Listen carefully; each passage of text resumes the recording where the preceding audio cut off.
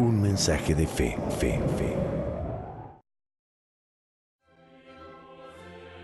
San Pío de Pietrelcina, un guerrero por la salvación de los hombres.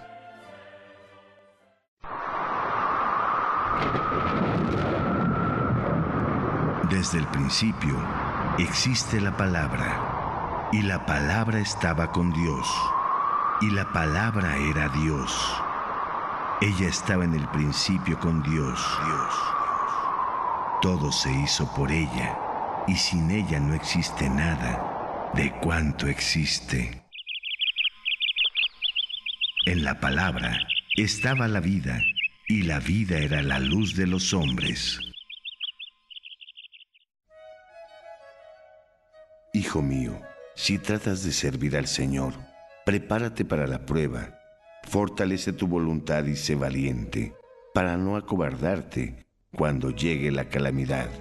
Abrázate al Señor y no te apartes de Él.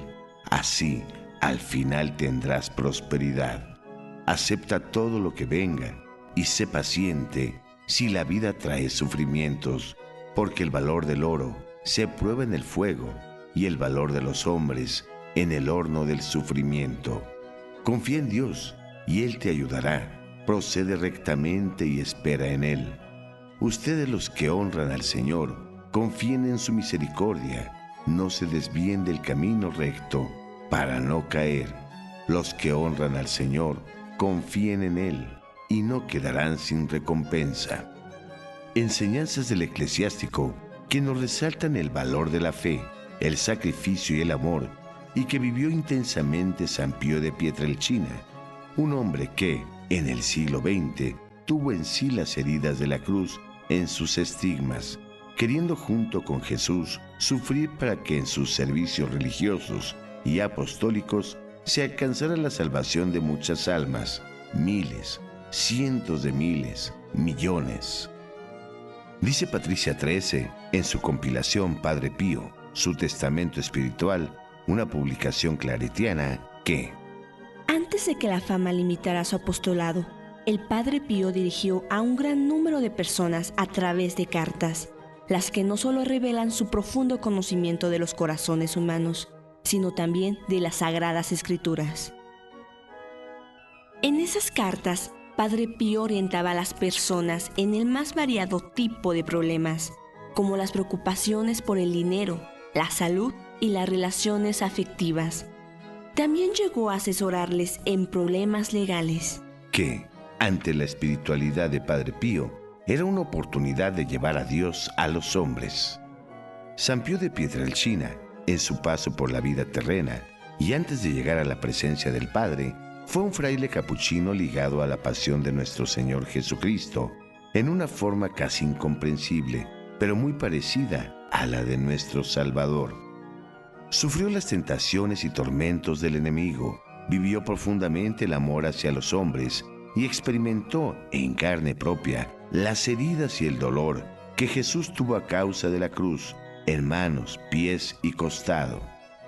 Desde niño tuvo visiones que siempre consideró como algo natural.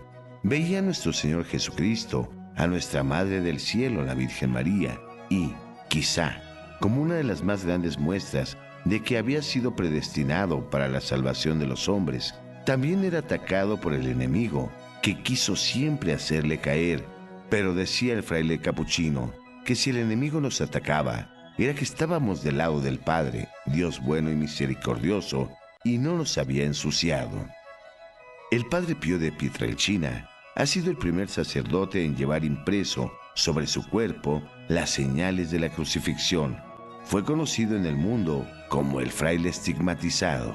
En la tradición católica están reconocidos San Francisco, pero que no era sacerdote, 2 años tuvo los estigmas, 2 años antes de morir, y el Padre Pío, el primer sacerdote estigmatizado, 50 años.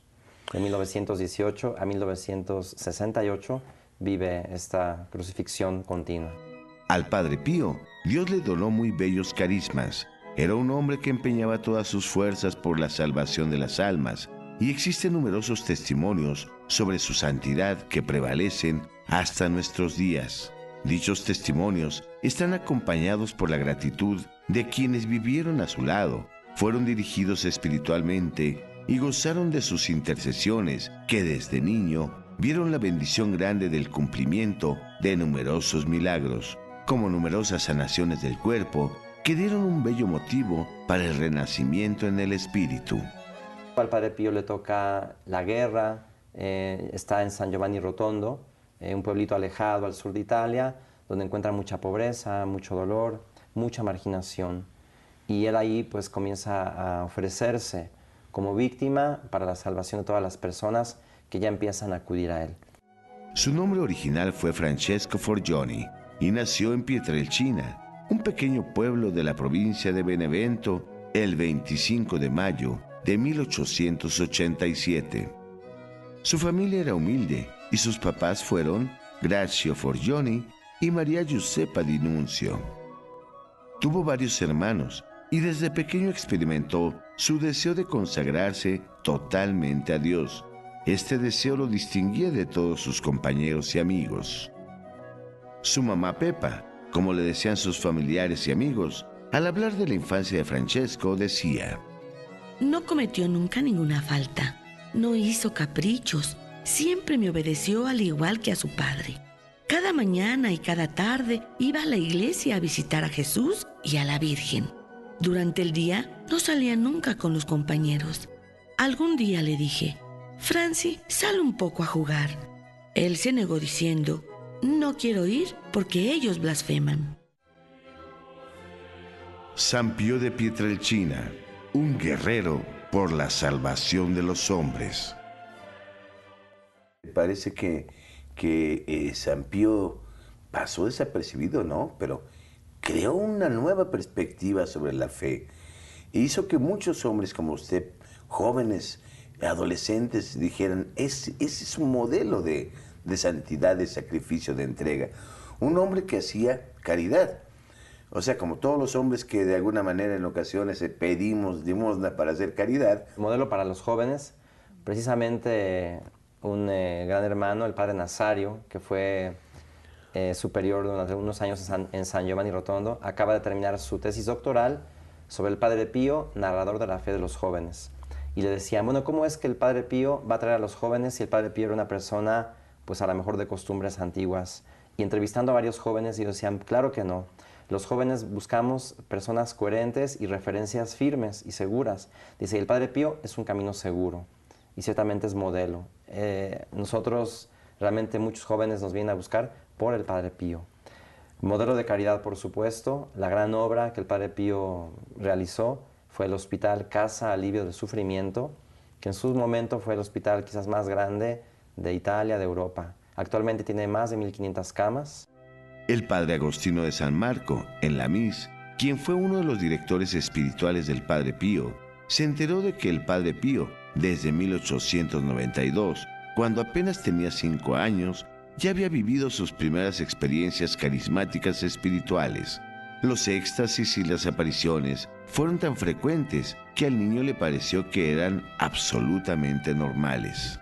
Bueno, precisamente el Padre Pío es un místico, ¿verdad? Y en el sentido de tener experiencias pues fuera de lo ordinario, ¿no? Para nosotros.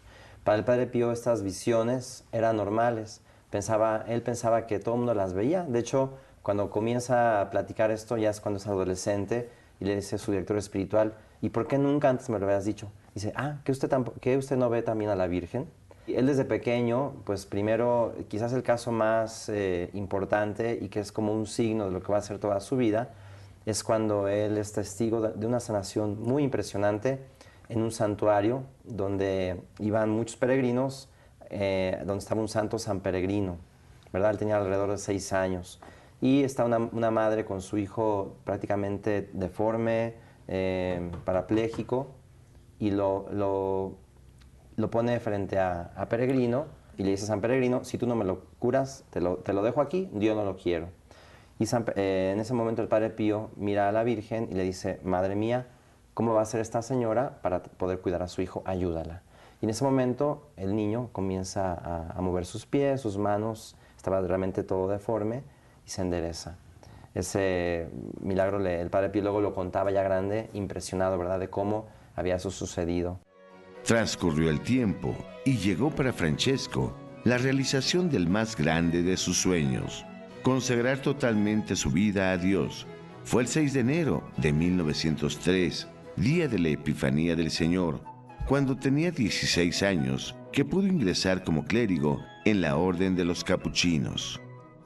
Viviendo profundamente su espiritualidad y las pruebas que Dios le ponía en su camino, además de los acechos del enemigo, fue ordenado sacerdote en la Catedral de Benevento el 10 de agosto de 1910.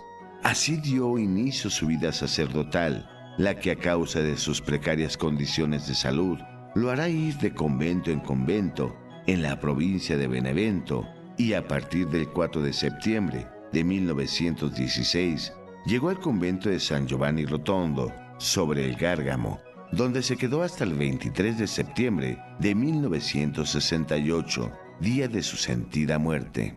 Y realmente la persecución y el sufrimiento más grande del Padre Pío comienzan cuando él entra al convento. De hecho, él tiene una visión a los cerca de 16 años que Jesús le dice que le va a dar una gran corona, pero que le tiene una corona mucho más hermosa para él, pero tiene que combatir pues ciertamente contra todo tipo de mal. El Padre Pío acepta, se ofrece, y esta lucha comienza prácticamente con mucha fuerza desde que entra al convento y le va a durar toda su vida, casi hasta el día de su muerte. Y quisiera nada más decir, el Padre Pío, como un santo, tiene una cosa muy característica. A los santos los conocemos por lo que han hecho, ¿verdad? Por su vida, por alguna fundación. Curiosamente, el Padre Pío se le conoce por lo que hace después de su muerte. Él tenía una frase chistosa, famosa, porque le gustaba hacer bromas, pero esa nosotros la hemos repetido muchas veces, ¿no? Los frailes le decían, Padre Pío, ya no hagas milagros, ya no confieses, no nos dejas descansar.